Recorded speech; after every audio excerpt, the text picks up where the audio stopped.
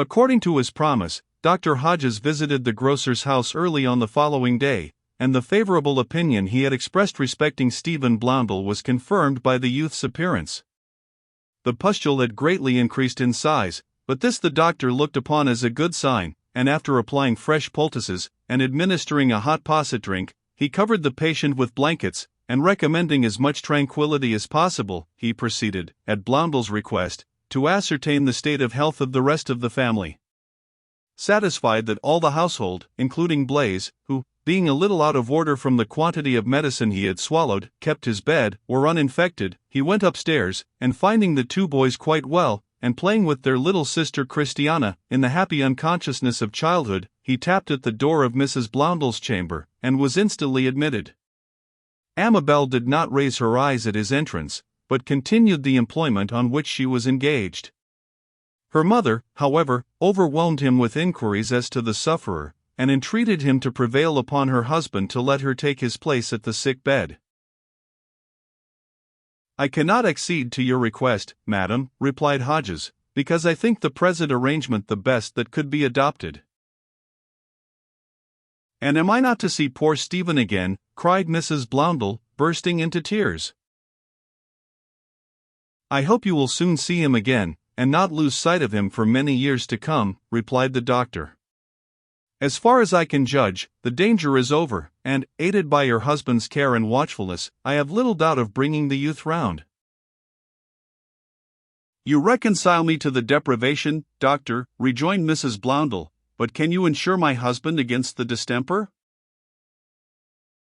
"I can insure no one against contagion," replied Hodges, "but there is much in his favor. He has no fear, and takes every needful precaution. You must hope for the best. I think it right to tell you that you will be separated from him for a month." "Separated from my husband for a month, doctor," cried Mrs. Blondel. "I must see him today. I have something of importance to say to him." At this point of the conversation Amabel for the first time looked up. Her eyes were red and inflamed with weeping, and her looks betrayed great internal suffering. "You cannot see my father, mother," she said in a broken and supplicatory tone. "But she can write to him, or send a message by me," rejoined Hodges. "I will deliver it when I go downstairs."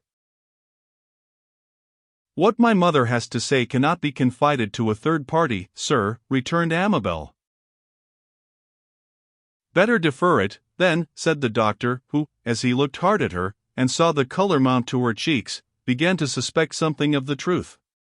"Whatever you have to say, Mrs. Blondel, may be very well delayed, for the house is now closed, with a watchman at the door, and will continue so for a month to come.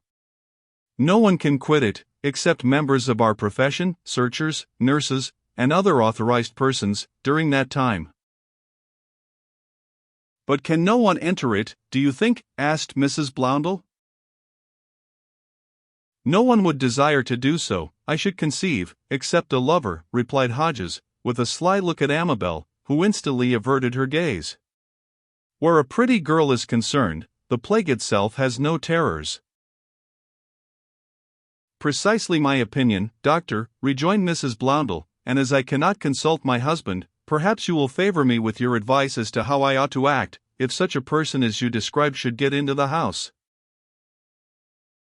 "I seldom meddle with family matters," rejoined Hodges, "but I feel so much interest in all that relates to Mr. Blondel, that I am induced to depart from my rule on the present occasion. It is evident you have lost your heart," he added, to Amabel, whose blushes told him he was right, but not, I hope, to one of those worthless court gallants, who, as I learn from common report, are in the habit of toasting you daily. If it is so, you must subdue your passion, for it cannot lead to good. Be not dazzled by a brilliant exterior, which often conceals a treacherous heart, but try to fix your affections on some person of little pretension, but of solid worth. Never, I grieve to say, was there a season when such universal profligacy prevailed as at present. Never was it so necessary for a young maiden, possessed of beauty like yours, to act with discretion.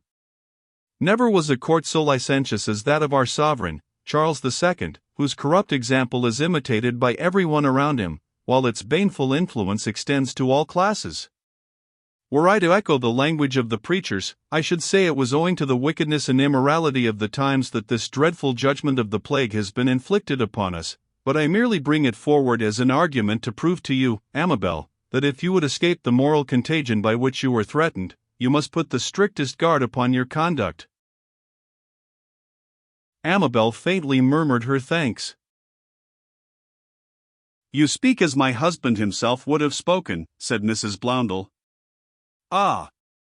We little thought, when we prayed that the pestilence might be averted from us, that a worse calamity was behind, and that one of the most profligate of the courtiers you have mentioned would find his way to our house." "One of the most profligate of them," cried Hodges. "Who, in heaven's name?" "He calls himself Maurice Wyville," replied Mrs. Blondel. "I never heard of such a person," rejoined the doctor. "It must be an assumed name. Have you no letter or token that might lead to his discovery?" he added, turning to Amabel. "I have his portrait," she replied, drawing a small miniature from her bosom. "I am glad I have seen this," said the doctor, slightly starting as he cast his eyes upon it. "I hope it is not too late to save you, Amabel," he added, in a severe tone. "I hope you are free from contamination?" "As I live, I am," she replied. "But you recognize the likeness?" "I do," returned Hodges. "It is the portrait of one whose vices and depravity are the town's cry, and whose name coupled with that of a woman, is sufficient to sully her reputation." "It is the Earl of Rochester," said Mrs. Blondel. "You have guessed aright," replied the doctor, "it is." Uttering an exclamation of surprise and terror, Amabel fell back in her chair. "I thought it must be that wicked nobleman," cried Mrs. Blondel. "Would you believe it, doctor, that he forced himself into the house, nay, into this room, last night, and would have carried off my daughter, in spite of her resistance, if I had not prevented him?" "I can believe anything of him," replied Hodges. "But your husband, of course, knows nothing of the matter?" "Not as yet," replied Mrs. Blondel, "but I authorize you to tell him all." "Mother, dear mother," cried Amabel, flinging herself on her knees before her, "I implore you not to add to my father's present distress. I might not have been able to conquer my attachment to Maurice Wyville, but now that I find he is the Earl of Rochester, I regard him with abhorrence." "If I could believe you sincere," said Mrs. Blondel, "I might be induced to spare your father the pain which the knowledge of this unfortunate affair would necessarily inflict." "I am sincere, indeed I am," replied Amabel.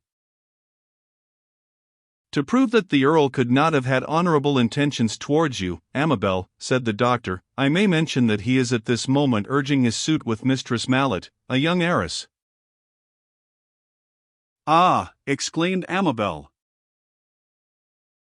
"I was in attendance upon Mistress Stuart, the King's present favourite, the day before yesterday," continued Hodges, "and heard His Majesty entreat her to use her influence with Mistress Mallet in Rochester's behalf. After this, you cannot doubt the nature of his intentions towards yourself." I cannot," rejoined Amabel. "He is perfidy itself." "But is Mistress Mallet very beautiful, doctor?" "Very beautiful, and very rich," he replied, "and the Earl is desperately in love with her. I heard him declare laughingly to the King, that if she would not consent to marry him, he would carry her off." "Just what he said to me," exclaimed Amabel, "perjured and faithless that he is." "Harp on that string, doctor," whispered Mrs. Blondel. "You understand her feelings exactly." "Strangely enough," pursued the doctor, who, having carefully examined the miniature, had opened the back of the case, and could not repress a smile at what he beheld, "strangely enough, this very picture will convince you of the Earl's inconstancy. It was evidently designed for Mistress Mallet, and, as she would not accept it, transferred to you. How do you know this, sir? Inquired Amabel, in a mortified tone. Hear what is written within it, answered Hodges, laying the open case before her, and reading as follows: To the sole possessor of his heart, the fair Mistress Mallet, this portrait is offered by her devoted slave Rochester. The sole possessor of his heart. So you have no share in it, you perceive, Amabel. Her devoted slave. Is he your slave likewise? Ha! Ha! It is his writing, cried Amabel. This note, she added, producing a billet, is in the same hand. My eyes are indeed open to his treachery. I am glad to hear it, replied Hodges, and if I can preserve you from the snares of this noble libertine, I shall rejoice as much as in curing your brother of the plague. But can you rely upon yourself, in case the Earl should make another attempt to see you? I can, she averred confidently. In that case there is nothing to apprehend, rejoined Hodges, and I think it better on many accounts not to mention the subject to your father. It would only distract his mind, and prevent him from duly discharging the painful task he has undertaken. Were I in your place, Amabel, I would not only forget my present perfidious lover, but would instantly bestow my affections on some worthy person. It would gladden me if she would do so, said Mrs. Bloundell. There is your father's apprentice, Leonard Holt, a good-looking, well-grown lad, pursued the doctor, and I much mistake if he is insensible to your attractions. I am sure he loves her dearly, doctor, replied Mrs. Bloundell. He is as well-principled as well-looking. I have never had a fault to find with him since he came to live with us. It will rejoice me, and I am sure would not displease my husband, to see our child united to Leonard Holt. Well, what say you, Amabel? Asked Hodges. Can you give him a hope?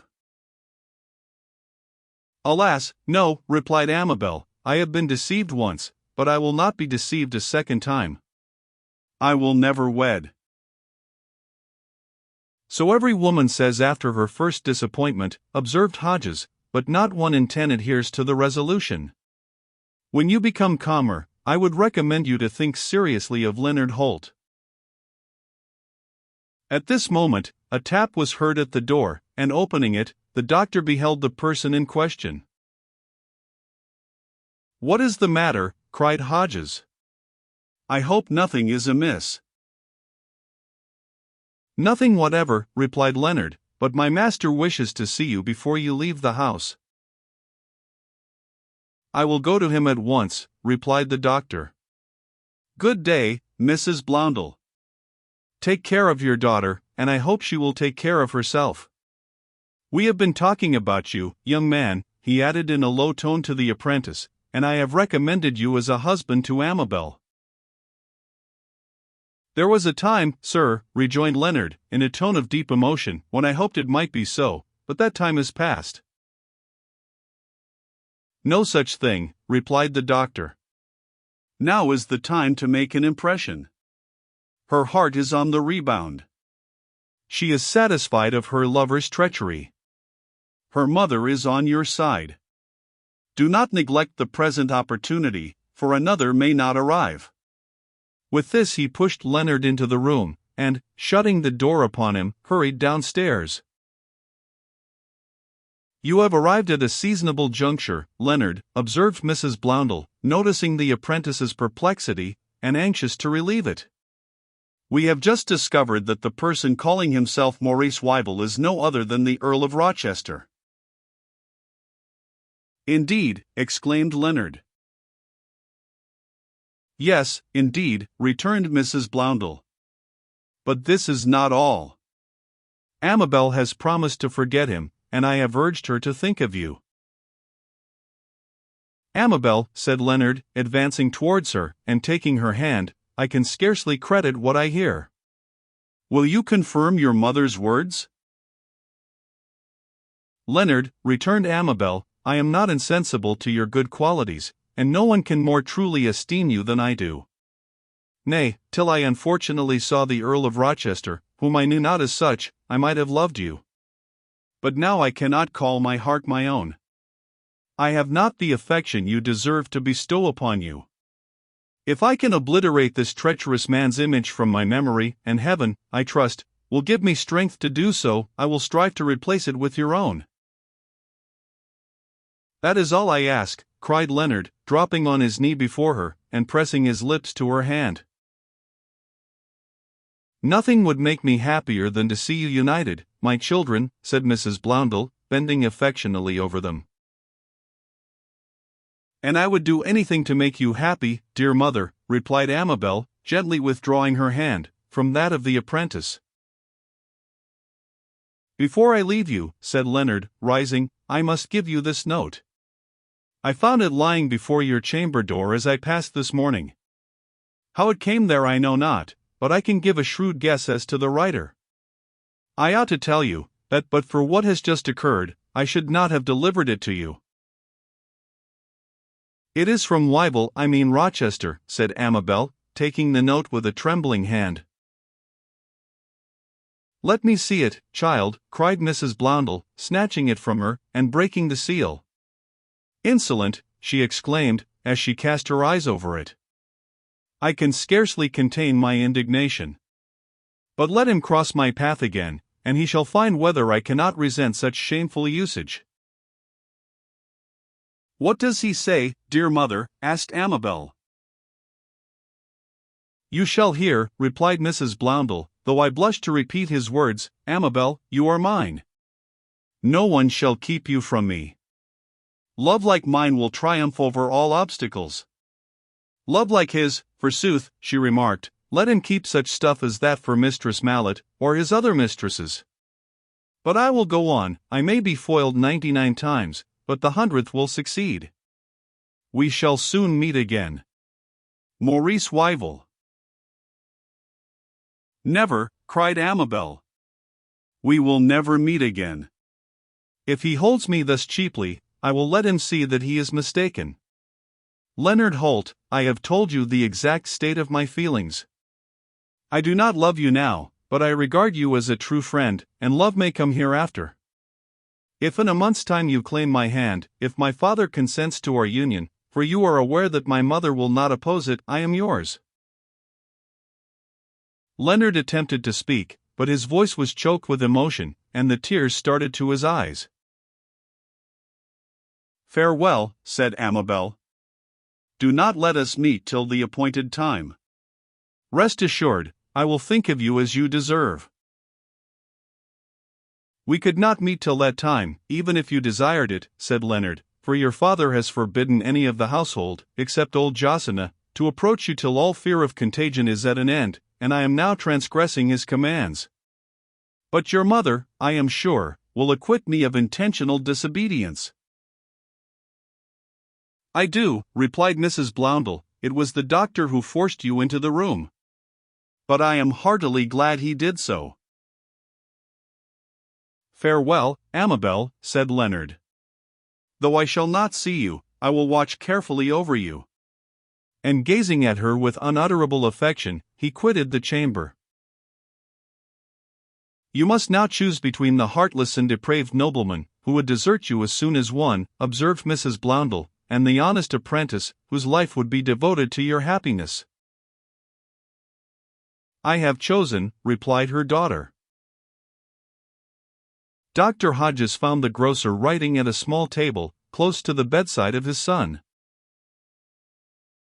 I am happy to tell you, Mr. Bloundell, he said, in a low tone, as he entered the room, that all your family are still free from infection, and with due care will, I hope, continue so. But I entirely approve of your resolution of keeping apart from them till the month has expired. If your son goes on as he is doing now, he will be as strong as ever in less than a fortnight. Still, as we cannot foresee what may occur, it is better to err on the cautious side. Pray be seated for a moment, rejoined the grocer, motioning the other to the chair. I mentioned to you last night that in case my son recovered, I had a plan which I trusted, under Providence. would preserve my family from the further assaults of the pestilence. I remember you're alluding to it, replied Hodges, and should be glad to know what it is. I must tell it you in confidence, rejoined Bloundel, because I think secrecy essential to its entire accomplishment. My plan is a very simple one, and only requires firmness in its execution, and that quality, I think, I possess. It is your opinion, I know, as it is my own, that the plague will increase in violence and endure for months, probably, till next winter. My intention is to store my house with provisions, as a ship is victualled for a long voyage, and then to shut it up entirely till the scourge ceases. If your project is practicable, said Hodges, after a moment's reflection, I have no doubt it will be attended with every good result you can desire. This house, which is large and roomy, is well adapted for your purpose. But you must consider well whether your family will submit to be imprisoned during the long period you propose. They shall remain close prisoners, even if the pestilence lasts for a 12-month, replied the grocer. Whoever quits the house, when it is once closed, and on whatever plea, be it wife, son, or daughter, returns not. That is my fixed resolve. And you are right, rejoined Hodges, for on that determination the success of your scheme entirely depends. While they were thus conversing, Leonard entered the chamber, and informed his master that Challis, the coffin-maker, and Mrs. Malmains, the plague-nurse, desired to see him. Mrs. Malmains, exclaimed Hodges, in surprise. I heard that something very extraordinary occurred last night in St. Faith's. With your permission, Mr. Bloundel, she shall be admitted. I want to ask her a few questions. You had better hesitate about engaging her, he observed to the grocer, as Leonard departed, for she is a woman of very indifferent character, though she may, for aught I know, be a good and fearless nurse. If there is any doubt about her, I cannot hesitate, returned Bloundel. As he said this, the door was opened by Leonard, and Challis and Judith entered the room. The latter, on seeing the doctor, looked greatly embarrassed. I have brought you the nurse I spoke of, Mr. Bloundel, said Challis, bowing, and am come to inquire whether you want a coffin tonight. Mr. Bloundel is not likely to require a coffin at present, Challis, returned the doctor, severely, neither does his son stand in need of a nurse. How is your husband, Mrs. Malmains? He is dead, sir, replied Judith. Dead, echoed the doctor. When I left him at 1 o'clock this morning, he was doing well. Your attendance seems to have accelerated his end. His death was occasioned by an accident, sir, replied Judith. He became delirious about 3 o'clock, and, in spite of all my efforts to detain him, started out of bed, rushed into St. Faith's, and threw himself into a pit, which Mr. Lilly and some other persons had digged in search of treasure. This is a highly improbable story, Mrs. Malmains, returned Hodges, and I must have the matter thoroughly investigated before I lose sight of you. I will vouch for the truth of Mrs. Malmains' statement, interposed Challis. You, cried Hodges, contemptuously. Yes, I, replied the coffin-maker. It seems that the sexton had found a chest of treasure buried in St. Faith's, and being haunted by the idea that someone was carrying it off, he suddenly sprang out of bed, and rushed to the church, where, sure enough, Mr. Lilly, Mr. Quatermain, the Earl of Rochester, and Sir George Etheridge, having, by the help of messicle rods, discovered this very chest, were digging it up. Poor Matthew instantly plunged into the grave, and died of a sudden chill. That is not impossible, observed Hodges, after a pause. But what has become of the treasure? It is in the possession of Mr. Quatermain, who has given notice of it to the proper authorities, replied Challis. It consists, as I understand, of gold pieces struck in the reign of Philip and Mary, images of the same metal, crosses, pyxes, chalices, and other popish and superstitious vessels, buried, probably, when Queen Elizabeth came to the throne, and the religion changed. Not unlikely, replied Hodges. Where is your husband's body, Mrs. Malmains? It has been removed to the vault which he usually occupied, replied Judith. Mr. Chowless has undertaken to bury it tonight. I must see it first, replied Hodges, and be sure that he has not met with foul play. And I will accompany you, said Chowless. So you do not want a coffin, Mr. Blondel? The grocer shook his head. Good day, Mr. Blondel, said Hodges. I shall visit you tomorrow, and hope to find your son as well as I leave him. Chowless, you will be answerable for the safe custody of Mrs. Malmains. I have no desire to escape, sir, replied the nurse. You will find everything as I have represented. We shall see, replied the doctor. If not, you will have to tend the sick in Newgate. The trio then proceeded to St. Paul's, and descended to the vaults. Hodges carefully examined the body of the unfortunate sexton, but though he entertained strong suspicions, he could not pronounce positively that he had been improperly treated, and as the statement of Mrs. Malmains was fully borne out by the vergers and others, he did not think it necessary to pursue the investigation further. As soon as he was gone, Judith accompanied the coffin-maker to his residence, where she remained, till the evening, when she was suddenly summoned, in a case of urgency, by a messenger from Sebald, the apothecary of Clerkenwell.